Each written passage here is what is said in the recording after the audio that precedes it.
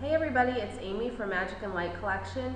You can find all of our products at www.magicandlightcollection.com.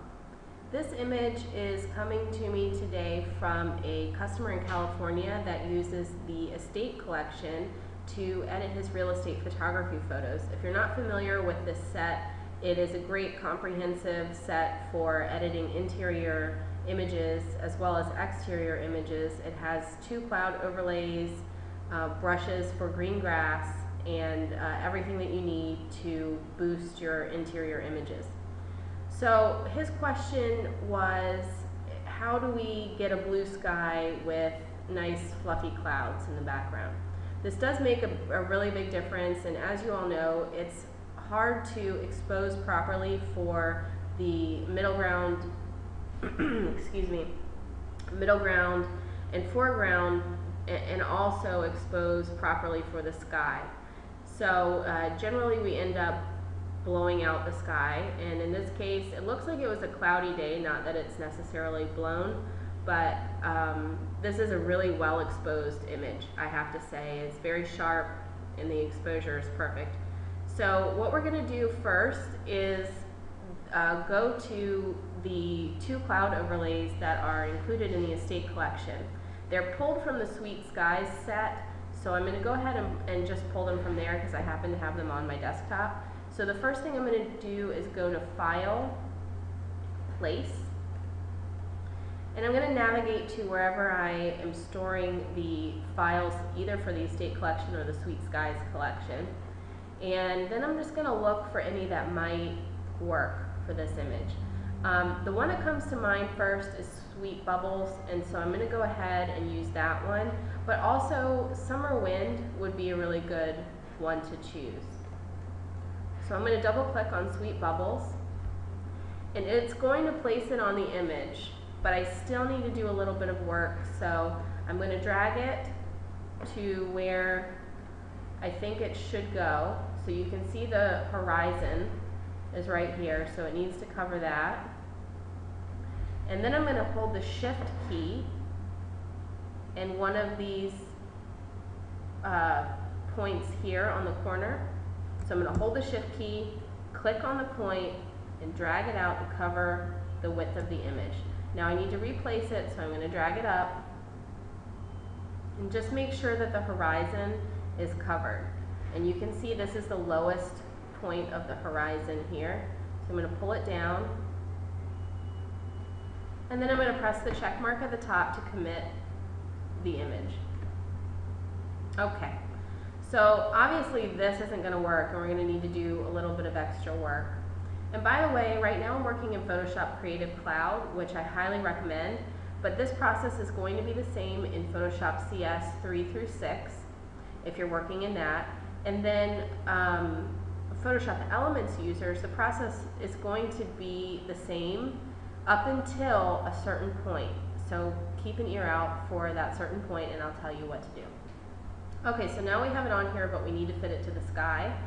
So I'm going to come over here to the blending modes and pull down the list, and the one I'm going to choose is darker color. This is the only one that's going to work for blown out skies. This is not going to work if your sky is blue. It's only going to work if your sky is gray. So I'm going to choose darker color, and you can see it put it behind the house, it put it behind the trees, and it's nearly perfect, but not quite.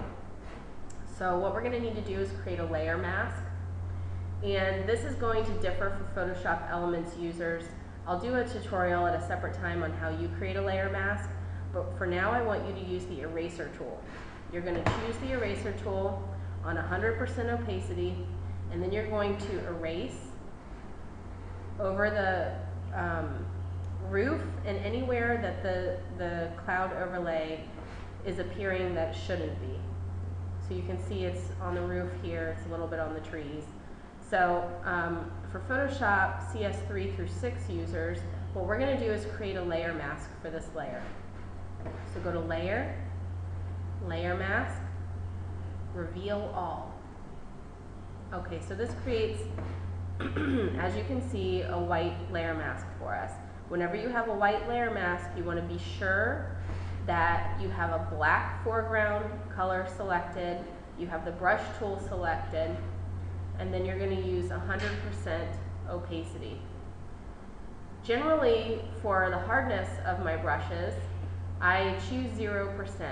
In this case, we're going to need to make the brush just a little bit harder, so slide that slider up to about 40%.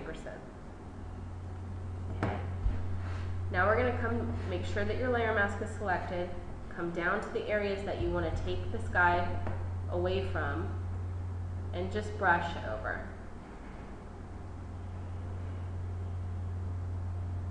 And we're just taking off this blue that is still appearing.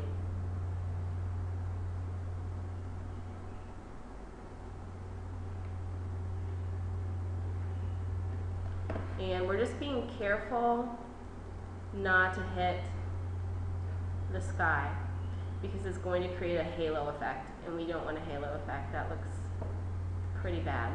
And let me just show you, if I were to accidentally hit the sky here, let's just hit it, and you see how it creates this halo effect. If I were to go and hit accidentally all along the roof line, that's what it would look like. So what we want to do is put the sky back on that area. So make sure that you have a black and a white foreground color, or foreground and background colors. If the foreground color, which is the color that appears in the front, is black, you need to switch it to white. The white brush is going to put the sky back on.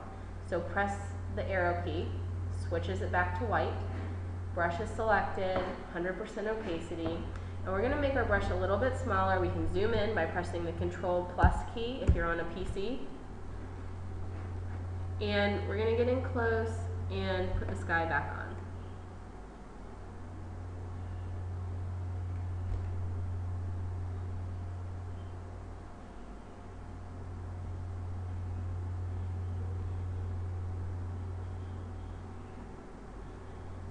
And we hit the roof just a little. Sometimes this can be tedious. So switch back to black. Make your brush even smaller. Oop, and we hit it again. Okay. Sometimes it can't be perfect. Switch back to white. Hit that sky. And you may need to zoom in more than I am now. But for the purposes of the tutorial, that's how you do it. So let's zoom back out and check it. That's the before, that's the after.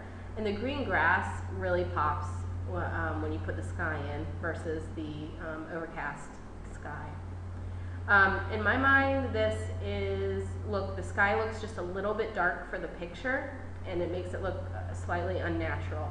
So what I want to do is pull up the estate collection set of actions, and if you can't find your action window, you're just going to go to Window, Actions, and your action window will pull up. And I've already got the estate collection open.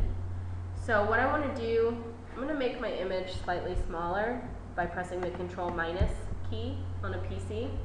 And I just want to lighten up the sky so that it matches a little bit better with the exposure of the image.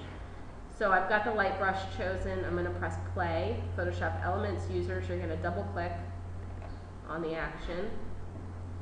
I'm going to select the layer mask. And since the layer mask is black, I need to be sure that I have a white foreground color selected. And I'm going to change the hardness of my brush back down to like 6%. That sounds good. And I'm going to make my brush bigger.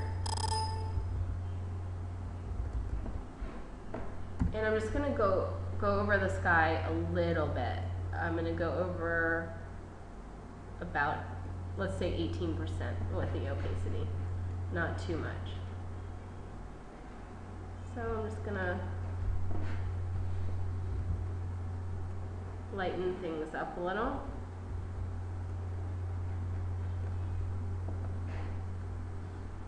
And that's looking a little bit better. So without the light brush action from the Estate Collection, it's a little dark, and there it's a little bit lighter. Matches a tiny bit better with the exposure of the image. I can go further and hit it again with the brush, make it even lighter. You can see that I messed up and hit one of the trees. We definitely don't want to lighten up the trees, so I'm going to switch back to a black foreground color. Oops. Make sure the brush tool is selected. Zoom in and go up to 100% because I want to take that off 100%.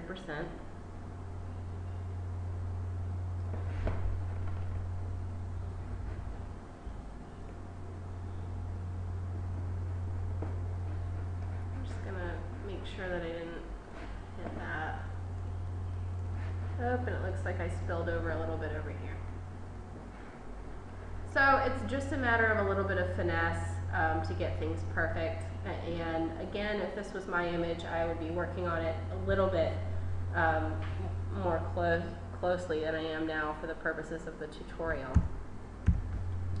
Okay, so you can see before the light brush, the sky is just a little bit too dark. With the light brush, it's lightened up a little bit.